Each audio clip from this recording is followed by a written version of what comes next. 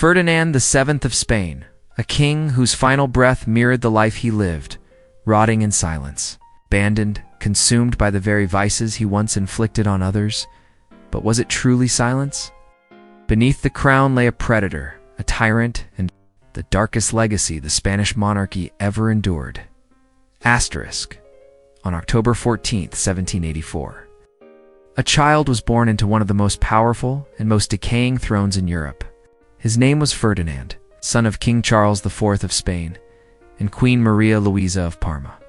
But unlike the innocent image often associated with royal births, Ferdinand's arrival was less a blessing for Spain and more a prelude to a national tragedy. From Casche. The very beginning, he was surrounded not by honor or virtue, but by scandal, corruption, and betrayal. The Spanish court of the late 18th century was a place where virtue was mocked and vice was rewarded. Ministers were puppets, courtiers were spies, alliances were brokered, not with treaties, but in bedrooms. Ferdinand's mother, Queen Maria Louisa, was notorious for her extramarital affairs. Her most infamous lover, Manuel Godoy, chose to become the true power behind the throne, not through merit or wisdom, but through seduction and manipulation. Godoy's influence was so overwhelming that some whispered he was more king than Charles himself, and young Ferdinand, he watched, he absorbed, he learned in this poisoned atmosphere. The child developed not with the guidance of statesmen or scholars, but under the shadow of lust, deceit, and ambition. While other royal children in Europe were trained in languages, diplomacy, and classical philosophy, Ferdinand's education was disjointed and neglected. He had little interest in books or history. His tutors often described him as stubborn, erratic, and prone to violent moods. Those who tried to discipline him were quickly dismissed, sometimes at the demand of the Queen herself. But the most disturbing signs came not from what he failed to learn, but from what he enjoyed. By age 10, he was already known among palace staff for his cruelty to animals. Cats disappeared. Dogs were found injured. Servants spoke in hushed tones of how the prince forced younger attendants into degrading games. They were frightened, but they were also powerless. The boy who was born to rule had already begun to display a soul twisted by his environment and perhaps something darker within. Spain, still clinging to its image as a great empire, had no idea that its future king would embody the rot festering behind the royal walls, and so began the life of Ferdinand, not with nobility or promise, but with shadows, silence, and the seeds of terror. As Ferdinand grew into adolescence, any hope of reforming his character slowly withered.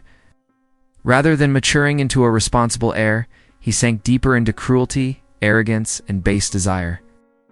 The palace, already a breeding ground of corruption, became his playground. By the time he was a teenager, his reputation among palace staff was already one of dread. Several accounts from royal servants described the young prince's obsession with control and humiliation. He took special pleasure in orchestrating games that placed others in degrading positions, especially those beneath him in rank. These weren't the mischievous antics of a spoiled boy, or calculated exercises in domination. What disturbed many was how calculated he could be. He learned to hide his worst impulses in public, putting on a mask of royal charm when needed. But in private, he reveled in watching people squirm. His favorite pastime, according to whispered memoirs, was observing courtiers in intimate situations, not by accident, but through spy holes he ordered carved into bedroom walls. By 18, Ferdinand was forced into marriage with his cousin Maria Antonia of Naples. It was a political match, designed to civilize him, to give him purpose, dignity, perhaps even love. But it failed spectacularly. Maria Antonia was a devout and educated young woman. She arrived in Spain with hope in her heart and found herself trapped in a palace of predators. Her new husband treated her not as a partner, but as a toy. According to confidential court reports, he subjected her to sexual humiliations so disturbing that even those used to royal excesses were horrified. Maria Antonia began avoiding him entirely, spending most of her time in isolation. To her family, though censored, hinted at a life of terror behind the palace walls. It was during this marriage that Ferdinand began to realize something else. His power as a royal could be used not just politically, but sexually. He started blackmailing women at court, especially ladies in waiting. If they refused his advances, he threatened their families with ruin. He was especially obsessed with married women not for love, but because humiliating their noble husbands gave him a perverse sense of victory. No one dared stop him. The court had become a theater of fear. The nobility kept silent to preserve their status. Ministers closed their eyes. In Spain, unaware of the predator growing behind the palace, doors inched closer toward ruin. In 1802, tragedy struck the Spanish court, or so it appeared. Maria Antonia, Ferdinand's young wife, died at just 21 years old. Officially, the cause was tuberculosis. But few at court believed that story. Whispers circled the palace. She had been poisoned, or perhaps she simply died of despair. Doctors who had treated her described symptoms inconsistent with typical tuberculosis. Instead, they noted signs of malnutrition, deep psychological trauma, and unexplained bruises. Her once bright eyes had faded into hollow emptiness. One physician, years later, confessed that she had asked to die, that she had seen death as her only escape from the prison her marriage had become. Ferdinand, for his part, barely reacted. While courtiers lowered their heads in ritual mourning, he seemed almost relieved. "Now I can seek pleasures more fitting of my nature," he was heard to say, half mocking, half snarling. Spain was on the brink of collapse, but Ferdinand's gaze was turned inward, not outward. His kingdom was of flesh and fear, not land and law. By 1808, Spain faced its greatest crisis in generations. Napoleon's armies had invaded, igniting the Peninsular War. Most monarchs would have rallied their people. Not Ferdinand. During the uprising known as the Mutiny of Aranjuez, his father, Charles IV, was forced to abdicate. Ferdinand seized the moment to claim the throne, but it was not patriotism that moved him. It was personal ambition. His only loyalty was to himself, and then came the infamous meeting in Bayonne. Rather than lead a resistance, Ferdinand negotiated with Napoleon in secret. He promised Spain in exchange for guarantees, land, money, survival. French witnesses at the meeting were disgusted. They described him as groveling, pitiful, and unworthy of royal blood. Even Napoleon, a man who had manipulated kings across Europe, was stunned by Ferdinand's shamelessness. "I have never seen such a worm upon a throne," he later wrote. Spain's fate was sealed not only by war, but by betrayal. Ferdinand was exiled to the Château de Valençay in France. And what did he do there? Enforced retirement? Did he plan rebellion? Seek allies? No, he indulged. While his people were slaughtered in battlefields and starved in ruined cities, Ferdinand hosted parties. He corrupted French servants, held orgies with fellow Spanish exiles, and began a spiral into venereal disease. Letters intercepted by French agents showed a man obsessed not with politics, but with finding new women to satisfy his urges, even asking Napoleon's officials to send him prostitutes under diplomatic cover. The future king of Spain was no longer hiding his nature. He had become it fully, irreversibly. In 1814, after 6 years in exile, Ferdinand returned to Spain, not as a humbled monarch or a patriot, but as something far darker. The people, exhausted from war and desperate for stability, initially welcomed him back. Streets believing their suffering would now end. But the man who stepped off the carriage was not a savior. He was a predator with a crown. One of his first acts as king was to abolish the liberal Constitution of 1812, a document created by patriots while he was lounging in France. That constitution had promised Spain a future of rights, representation, and modern governance. Ferdinand tore it apart in a single stroke, calling it a dangerous fantasy. He had no interest in reform. What he craved was absolute power, and he got it. He reinstated the Spanish Inquisition not for religious zeal, but as a tool. The Inquisition gave him near unlimited authority to accuse, arrest, and destroy anyone who opposed him. Even worse, he weaponized it for personal pleasure. Women were charged with heresy or moral indecency, only to be offered forgiveness. In exchange for submission to the king's desires, Ferdinand had created a system in which fear fed his lust and power fed his cruelty. In 1816, he married, again this time to Isabel of Braganza, a 19-year-old Portuguese princess. Like Maria Antonia before her, Isabel entered the marriage with hope, only to be broken by the man behind the throne. Court records described frequent fights, weeping behind closed doors, and unexplained injuries. Her ladies-in-waiting would later confess that the queen slept with daggers under her pillow. 2 years later, Isabel was dead. Officially, her cause of death was complications in childbirth. But those close to her spoke of deep bruising, mental collapse, and desperate prayers for death in the days before she passed. Her confessor would later reveal she had said, "He is not a man, he is a punishment from God." Ferdinand again felt no grief, remarried within months.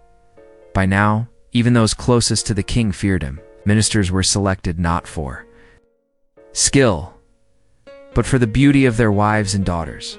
Public office was traded for access.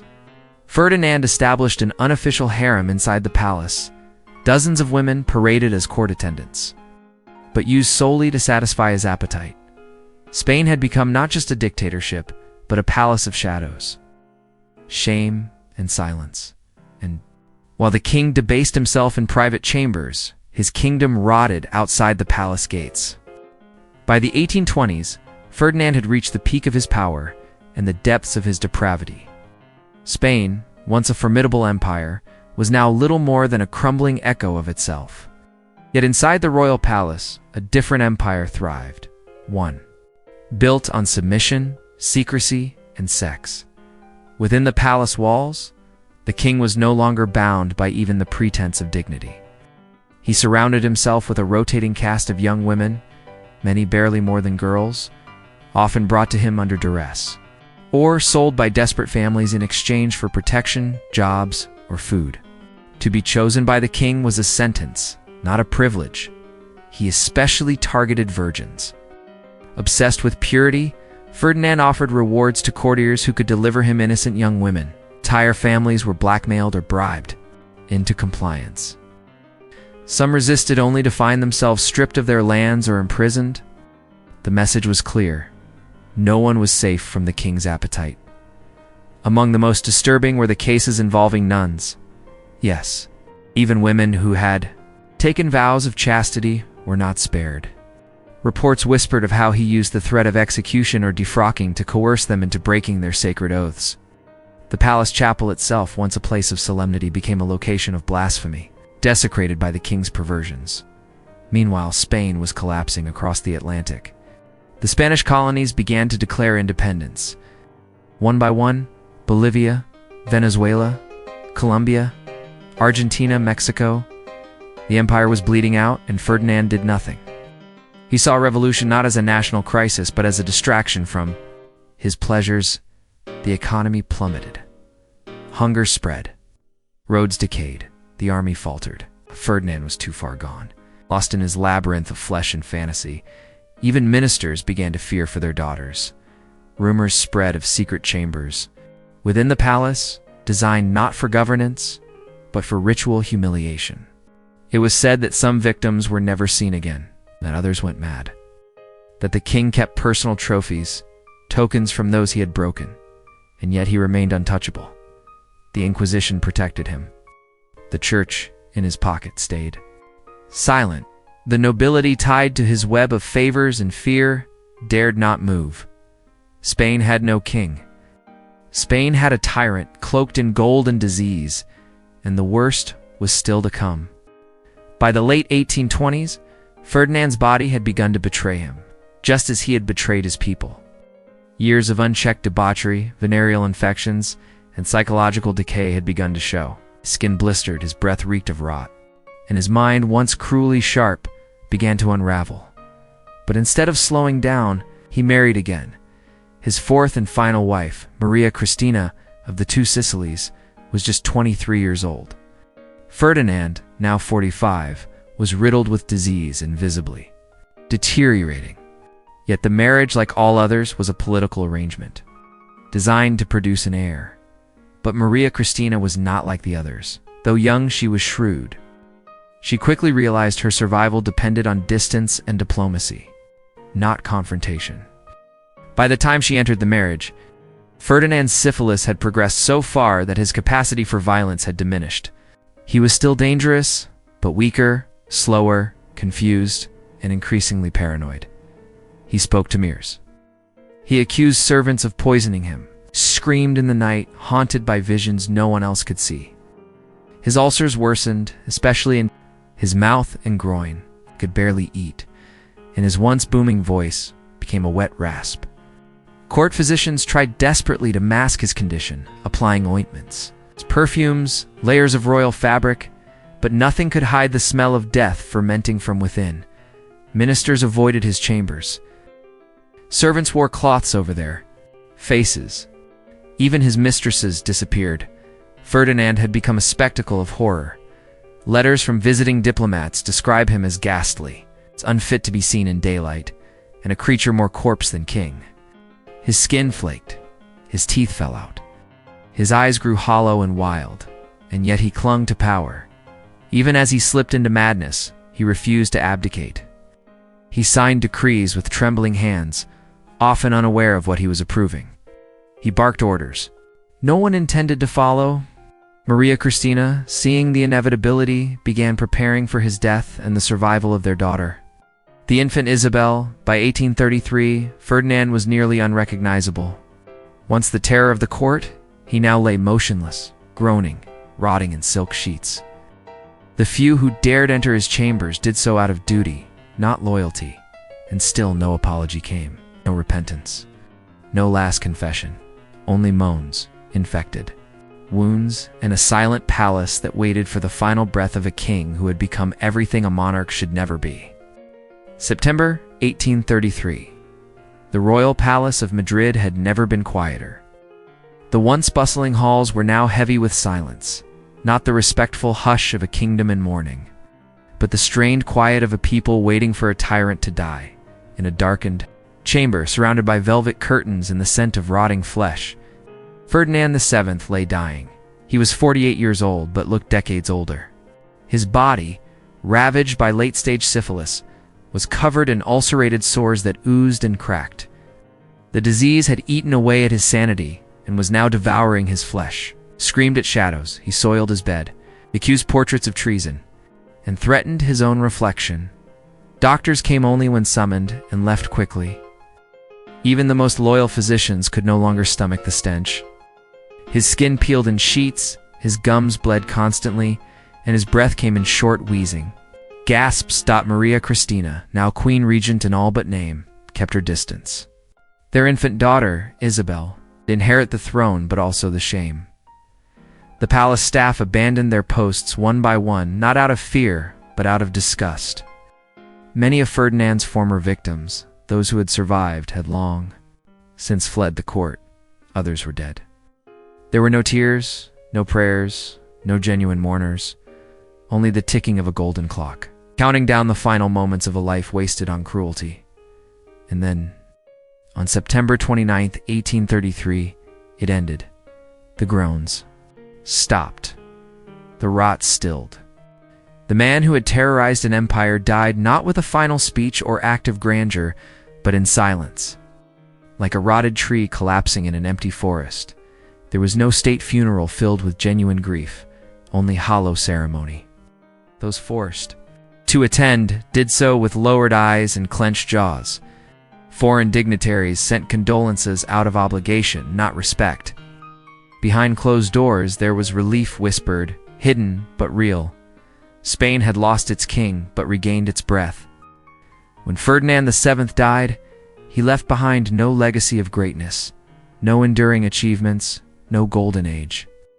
What he left was a poisoned throne, a traumatized court, and a nation brought to its knees. His only legitimate child, the infant Isabel II, would inherit the crown but not the trust of her people. Even before she could walk, she was burdened with the sins of a father who had used the monarchy as a mask for madness. Spain itself was broken. Once a dominant empire, Its colonies were gone. Its economy was in tatters. Its politics were splintered into civil war. The liberals, the conservatives, the absolutists, all blamed one another. But beneath it all, everyone knew the truth. Ferdinand had not ruled Spain. He had bled it dry. His reign was not one of tyranny alone, but of humiliation. He turned the court into a brothel, the law into a weapon, and faith into a transaction.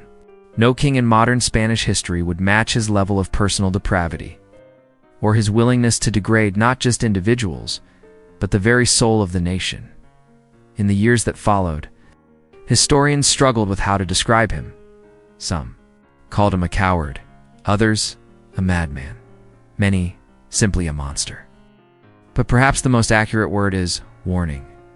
Ferdinand VII serves as a brutal reminder that absolute power in the hands of a man with no morality becomes not leadership, but predation. He was not a ruler. He was a parasite in royal robes. And in the end, not even his title, his wealth, or his bloodline could save him from what he had sown. He died as he lived alone, unloved and unrepentant. Today, there are no grand statues of Ferdinand in the public squares of Spain. No children are taught to admire his reign. He is remembered only by historians, and even they often hesitate to look too closely. Because in Ferdinand's story, we see the darkest potential of power. Without conscience, and the terrible price a nation pays when it bows too long to a man who feeds only himself.